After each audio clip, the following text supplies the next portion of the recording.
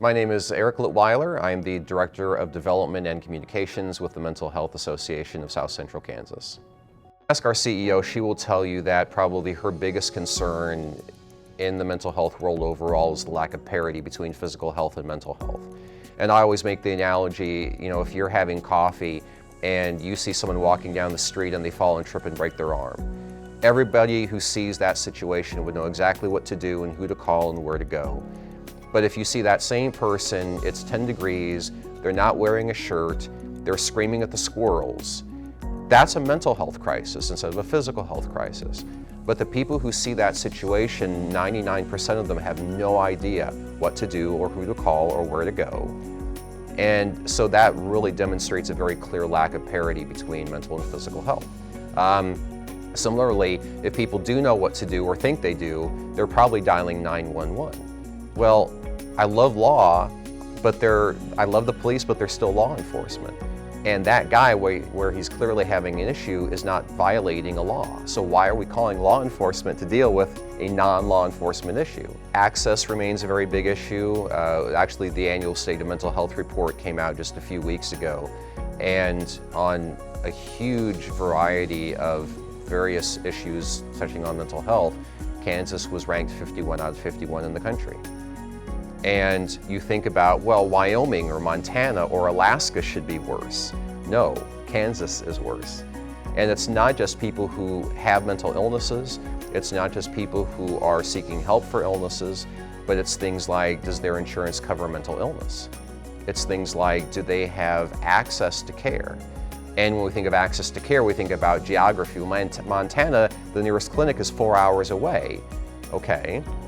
But access isn't just geographic. If I'm a 27-year-old Asian female and there's a mental health care clinic a block from my house, but I walk in and they're all 50-year-old white males, they don't know my experiences. They don't share my background. They don't understand why I'm scared of this or don't understand that.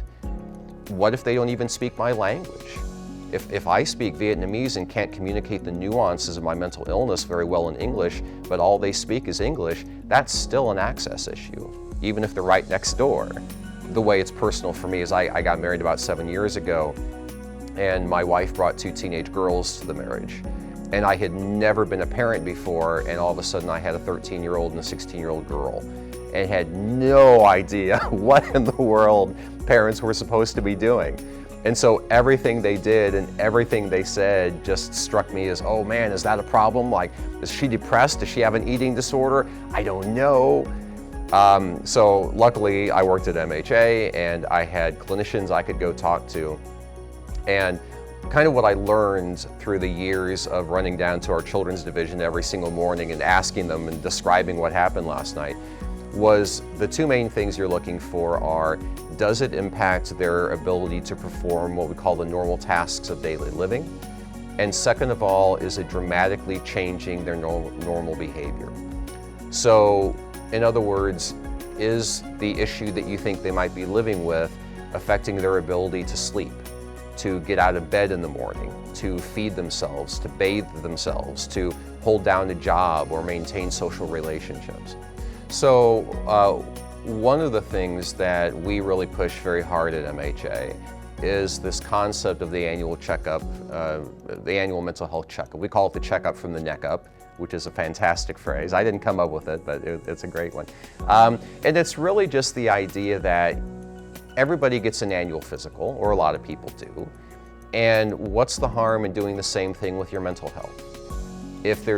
Whether you're feeling like there's a problem or not, what's the harm in taking an hour out of your life or an hour out of your year and going to talk to a therapist and just finding out if this thing or that thing is potentially a problem?